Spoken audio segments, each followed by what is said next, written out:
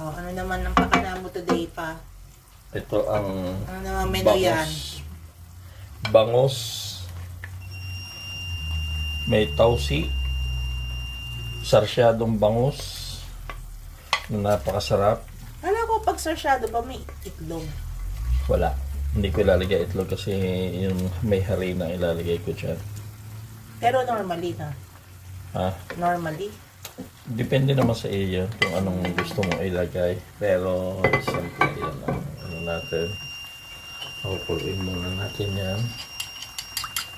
Pagkulo na, saka natin siya titimplahan ng ito ating siyempre Ano yan?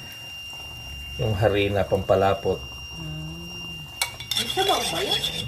Oo, pampalapot.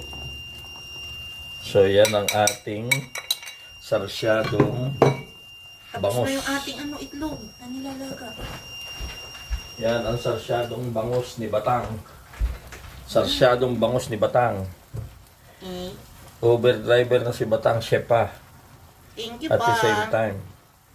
Thank you. So yan. Bye bye. Huhusgahan ko yan mamaya. Yes, yan mamaya. Sarsyadong bangus ni Batang.